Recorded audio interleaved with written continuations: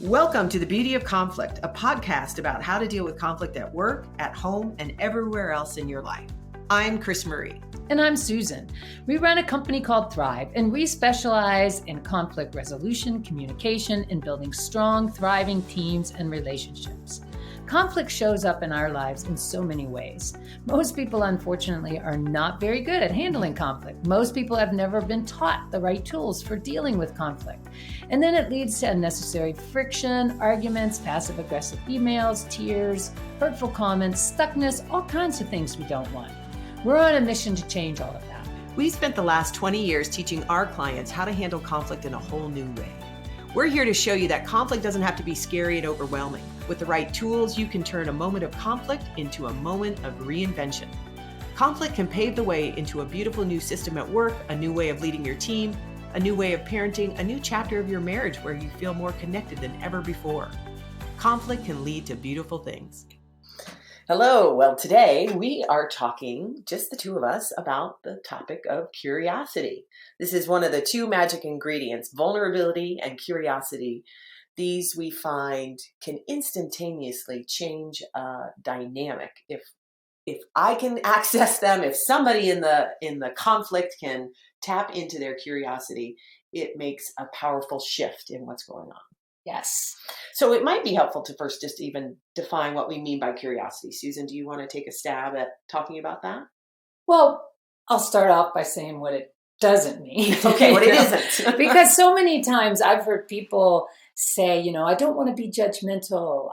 I don't want to be a judgmental person. And I hear that and I sort of am like, oh, but that's one of your greatest gifts. I know that may sound a little odd, but our ability to be judgmental, to have an imagination, to create a story, to discern, subject matter experts, all of that, their gift is in that ability to have judgment, to take that information in and come up with an opinion.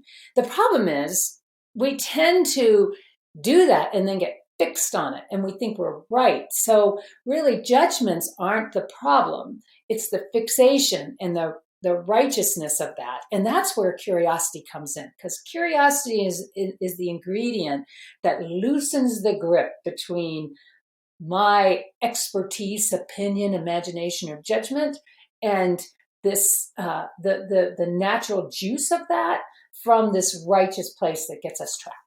I think, I was thinking about, you couldn't see her hands, but they were opening up, like it helps you open up. And I was thinking about people that are, like, if I'm in a fight with you, I want to stay connected to my opinion. I want to be right, or a subject matter expert. It's kind of an ego place where, no, wait a minute, this is the right way. So there is a resistance, an inherent resistance for me wanting to be curious in those interactions. So it's really tough to access curiosity at times.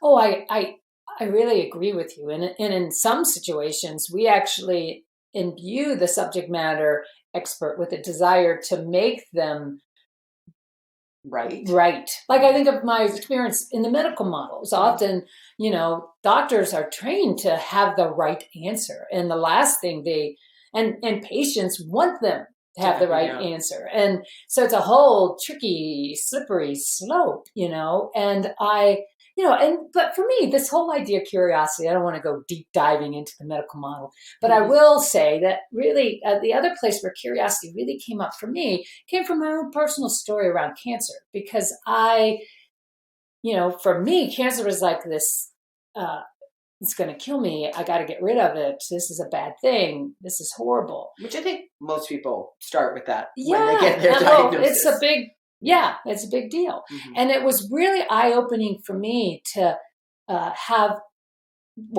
begin to realize that first, cancer cells are my own cells. They're not some foreign body that came in. Mm-hmm. They're my own cells that have gone rogue, so to speak, or sometimes I like to think it gone creative. They are creating a lot. And when I started to look at that as cancer much more from a place of curiosity in what it was presenting in my life and what I was being faced with, as opposed to it's just wrong and I've got to get rid of it, that was transformative for my health. It gave me a whole different way to be with that experience. And not, it wasn't about, I created my cancer or any sort of blame thing, but this richness of the curiosity of that, to have a relationship with it versus just wrong, get rid of it, it's all bad. I think that I think about, so you're talking about an internal process of cancer. And I think of that as showing up in interpersonal dynamics. When I have somebody that is so different, and politically today, I mean, we have very strong divides, and I think Facebook kind of naturally creates these pockets, which is kind of internal cancer cells. Like, well, okay, we're not going to merge with the rest of the body here. We're just going to have our own conversation. And the idea of, well, I'm just going to stay away from those people because they believe that, and I'm going to collect the people. And that's really natural. I want people around me that think the same way, because it's so painful to actually hold a space for somebody who has such a different opinion. Yes. I mean, this shows up in business, it shows up in politics, it shows up in interpersonal couples in relationships and families. Mm-hmm. It's such a fundamental thing. And we tend as human beings to want to get into right wrong simply because that gives us some form of certainty. And almost all of us have some inherent fear of the unknown. Well, we all came into this world alone and helpless, and somebody needed to take care of us, and then we're gonna die. Yeah. And I think we try to pretend that's not going to happen, but that's a big uncertainty out there that I think we live with, that anxiety about that. So yes. So getting to certainty, like if I can know the right answer and know this is the way, I settle down. So being curious creates more uncertainty because maybe I don't have all the answers. Yes. I mean, and we've seen the way that we've seen this show up in business. I mean, we once were doing a leadership development program, and we had been doing it across a large organization, and there were 2 key leaders that were in the program. And we introduced a model that we refer to as check it out, which basically means that as we take in information, it goes through our personal filter, our unique experience, our significant emotional events, all the things that have made us human, that help us sort the world and make really kind of rules of what's good and what's bad. And when it comes through that filter, it drops into what we refer to as our story. And we use the word story intentionally to help people begin to loosen it up. This is not a known fact to everyone. It's not a universal truth. It may be your truth, but it's just, it's you telling yourself a story. And this could be my thoughts, my assumptions, my hunches, my hypothesis. All of those are stories that we are generating and creating. Yes.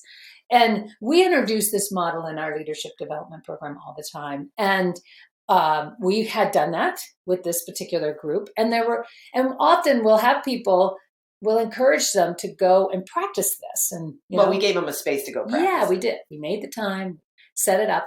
And it just so happened that these 2 people got together. We didn't know what was happening. It was, we finished the time. I think it was a 15-minute block of time they had or something like that.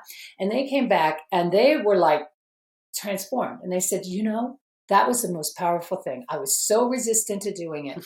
Apparently, these 2 people had worked together at a previous organization where they had 5 years ago, where they had both left at different times, and they both thought the other person had undermined them, said horrible things about them. They had heard rumors about what had gone on, each of them different storylines.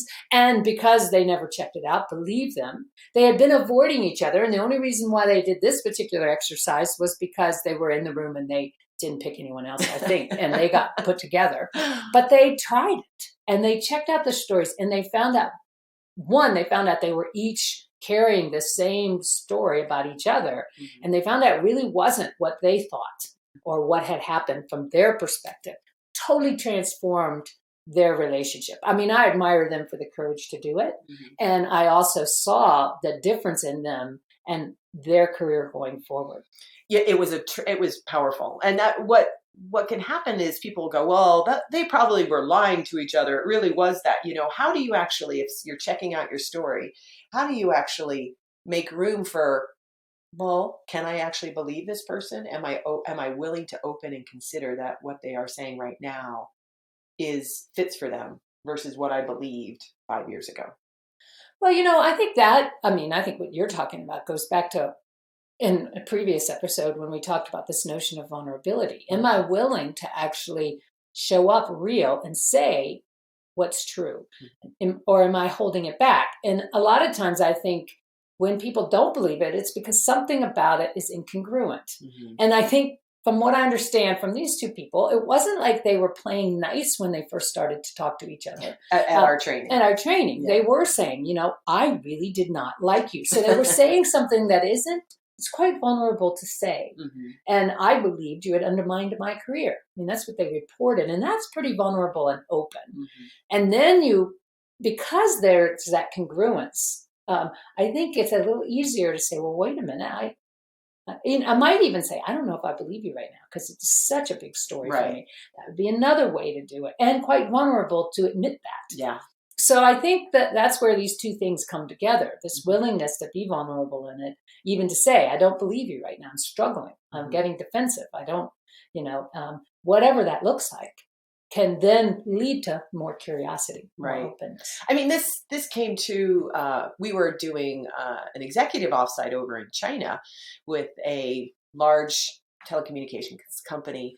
And we had done, usually on our 2-day offsites, we focus on the healthy stuff. So we teach them some communication skills, help them develop some trust, clear up some differences. And then the next day we usually work on their strategy, which goes a lot better when they've done some of this healthy stuff that we talk about. And then they work on what we call the smart side. So they were getting to their clarity and their strategy. And it was a very passionate discussion. And there was one woman who kept coming up, but she could not buy into the idea that they were promoting. And it got very heated. I mean, literally, the team stood up and literally backed her into a corner. And this is when we finally said, okay, time out. Do you remember what we taught you yesterday about some of this? Check out your stories, be vulnerable, curious. And so, they just kind of looked at each other, and we didn't have them move back to the table. But what happened is she finally sat down on a windowsill up against one of the walls. And one of the guys said, okay, I want to try to be curious. I'm not. And what he did first, he said, right in this moment, I'm not curious about you. I think have a completely wrong idea. You're not understanding us. And if you would just understand us, you would get on board. And by acknowledging that, it actually created a space for him then to open up and be curious. And he said, so I want to understand. He still had kind of an aggressive tone. I want to understand what you're saying. And she was reluctant to share. And then as he settled down, he said, I'm just going to come sit next to you. So he sat down next to her and he said, okay, help me understand how at all you can think your idea is relevant in this discussion, because it doesn't seem relevant to me. And she actually she was more willing and started to explain her idea. And then you saw the light bulb go off in his head. And he reflected back what he heard. And he goes, oh my gosh, I was looking at this so differently. And then he translated it for the rest of the team. And it totally changed the strategy that they came up with, because he was willing to slow down and think of this crazy idea that she said as actually relevant and open the space for it. And it shifted the whole outcome of the meeting. It was a really powerful display. Really, yes. And, I think that was huge. And so many times when we're working with large corporations and with businesses and cross functions and things like that, sometimes, one of the biggest challenges is to talk people down from the notion that if they confront something, if they say something, if they disagree, they're with one of their colleagues of the same stature, they are throwing them under the bus. Oh, right. And so I think the reason why I'm bringing that up is because we were just recently with a team where we were introducing them to this model. And I remember they were really struggling. Like, that's throwing people under the bus. If they checked out their story. Yes. Or if they were to say, hey, I don't know that I think you put all the time and attention you need into this. And so I'm struggling at buying into it or accepting it. And they saw that as throwing somebody else under the bus. And we kept trying to tell them, no, it's vulnerable on your part to actually speak up and say it. But especially if you're actually genuinely interested in hearing, have they really thought it through? Because you're thinking they haven't. And that would be where that curiosity comes into play. But so many times in business, you're told, don't challenge upward, or don't question things. And yet that really is what you're there for, but you have to be willing to kind of not get into a big power struggle about it or right, wrong about it, but okay, I'm struggling. So I think what you're bringing up is this idea of, okay, I want to check something out. Like, okay, I'm thinking you didn't prepare for this meeting because what you're saying isn't, doesn't sound fully baked, but I want to check it out with you. And that idea of with the energy, and it has to be an internal felt sense of, are you actually open to hearing something different? Or are you just trying to make them wrong? Yeah. And I think in highly political environments where everybody's trying to look good and make sure my idea is the best idea, there isn't really room for curiosity because everybody's trying to, well, somebody will say something and they'll put something on top of it. And there's not a lot of real dialogue. Real dialogue is, hey, this is my idea or my opinion, and I want to hear from you. Yeah. Even if you have a completely different point of view or you disagree with what I've just said, like, no, I did prepare. This is what I thought I had to do. So tell me what isn't making sense to you. Yeah. I mean, I think about one of the tools that we introduce in the book that I find really has been helpful for me. This is the beauty of conflict. Yeah, the beauty of conflict, harnessing your team's competitive advantage. Our first book, the business side of it. And we talk about this compass. And on the compass, we have vulnerability, kind of that's what we think of as the me axis. And in there, it's like real is up on top. How real am I being? And that means really saying what I think, feel, and want. Not couching it, not watering it down, and but really saying it. And that's everything from my opinion to I actually am feeling really hurt and offensive. That's on that. Or offended. That whole spectrum. And so real is at the top and hidden is at the bottom. And so I need to always be paying attention to where am I at in that. And then the other one is the curiosity. Am I actually closed or am I open? And not making the key in working with the we axis, the relational axis, the relational axis. And the key with that one is I really need to be willing to not make closed bad and open good or hidden, but to actually be real with myself and notice. And so for me, I've been on boards, I've been in really hot, heated situations. And sometimes I haven't done so good at using my compass. And I've actually all of a sudden been full bore in my reactivity. And that's not a pretty scene. And it's not. But if I can step back and take a breath, and first off, which one of these axes am I off in? What am I hiding? What aren't I saying? That's one thing I usually have to ask myself. And it's actually usually something about, I'm feeling kind of defensive, or I've hurt myself with something you said. I don't really like to reveal those sort of things. I don't mind revealing my opinion. So that's not usually where I'm lacking. So it's your feeling, what's happening for you in the moment emotionally. That I may or may not have been as forthcoming with. Right. And then, I might say I'm angry, but I don't say, oh, I'm stabbing myself with that last comment. And, and so that's been helpful to me to really own up to. And then paying attention to, am I really open? Or am I, and so when I ask that question, I'm asking, am I willing to be influenced? Am I willing to listen with the intent to be influenced, which is the other critical piece of curiosity that we haven't even really mentioned yet. I know. It's Alan Alda has this great quote about dueling monologues, which is a lot of what we typically do, versus can you actually create a dialogue? And his phrase is listening with a willingness to be influenced. And that how powerful that is, because then it's when you have dueling monologues, which this often happens in business meetings. That's the thing I was talking about, my opinion, your opinion. You're not really. And just so you know, it happens in couples a lot. Oh gosh. Just totally so you know, happens with us. But it doesn't create space for more to occur. And it's not until I'm actually engaged in what I'm saying and I'm actually interested in you that there's connections that are made that wouldn't be made with the dueling monologues. It's actually this dialogue that actually creates new solutions, new ideas. That is quite powerful. It is. Yes. So, that, and something else. Yes. It's just this link to creativity, because even inside of our own brain, what happens where, we get those hits of inspiration are actually when our brain is holding two distinct opposite ideas, not choosing one over the other, but when our brain is trying to hold them at the same time, that's when new neural pathways are created and new creative ideas emerge. So the same thing happens between two people. When I can hold my opinion is valid and I'm interested in yours, and vice versa, then there's this space that's created where new solutions emerge. That wasn't my way or your way. Yes. It's very cool. I get very excited about it. You do. Well, and so much. I mean, I think I mentioned this in another episode where that is what I experienced in the start of our relationship, where I kept thinking, oh, we disagree, this is over, versus you were like, no, hang in, I want to hear. And that dynamic of making both opinions valid is such a different experience than I grew up with. Yeah. I was like, okay, it's dad's way. And so it's my boss's way, or it's the client's way, versus no, we both matter here.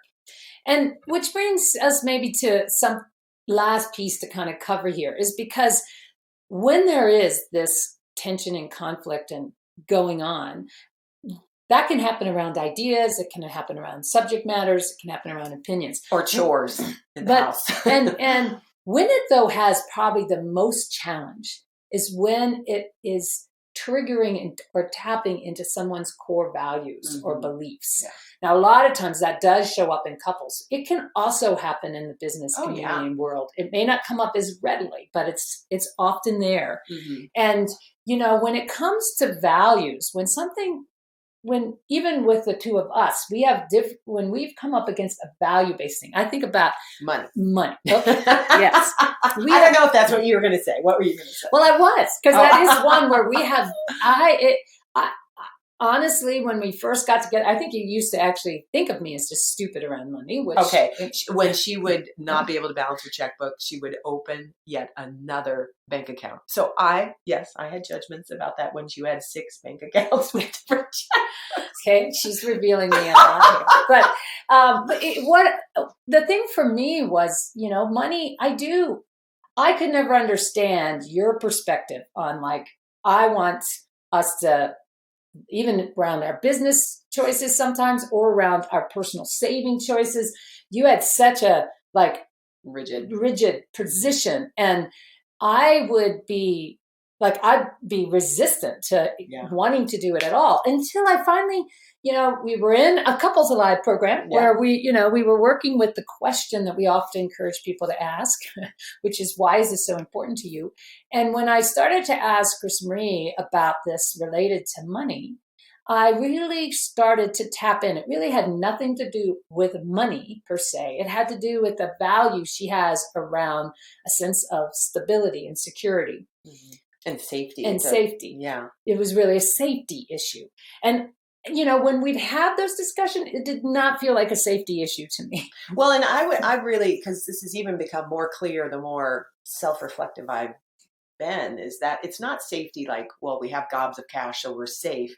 It actually ties to when I was a little kid and I felt really unsafe in my family environment. Money was one thing I could control. And I was great at savings. My older sister borrowed money from me when I was 12. So I can have a sense of power or control, or in a where I, as a little one in this family system, felt really scared and out of control.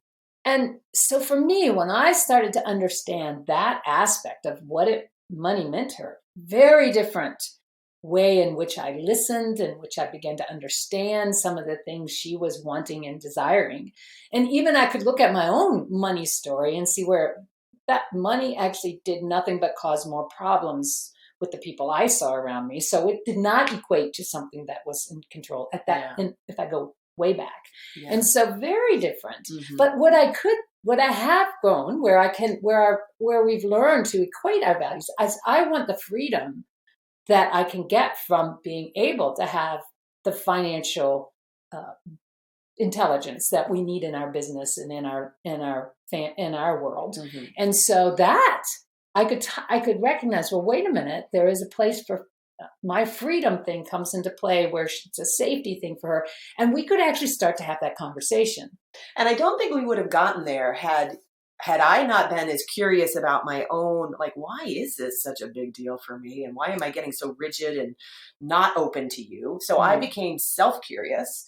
and then your curiosity about me and mine about you. So it really is a curiosity has this open, like, what is going on? Can I actually consider something different? And really the fundamental piece, if you're going to have a really important dialogue and conversation where there are maybe key differences, especially around key differences around values, you need to make the space that you're not going to, this is not about coming up with the decision. This is about opening up the space to really hear each other. And that in couples, that's crucial. Mm-hmm. On teams, that's equally important. And it doesn't mean it's going to have to last forever, but make the space to have that conversation before you start trying to solve it. Yes, too often people are having their weekly tactical meeting and then they get into a strategic topic and they're trying to drive it to a solution, but whoa, you're not, like, schedule a different meeting where you have an hour and a half where you can deep dive and really hear what is underneath for people.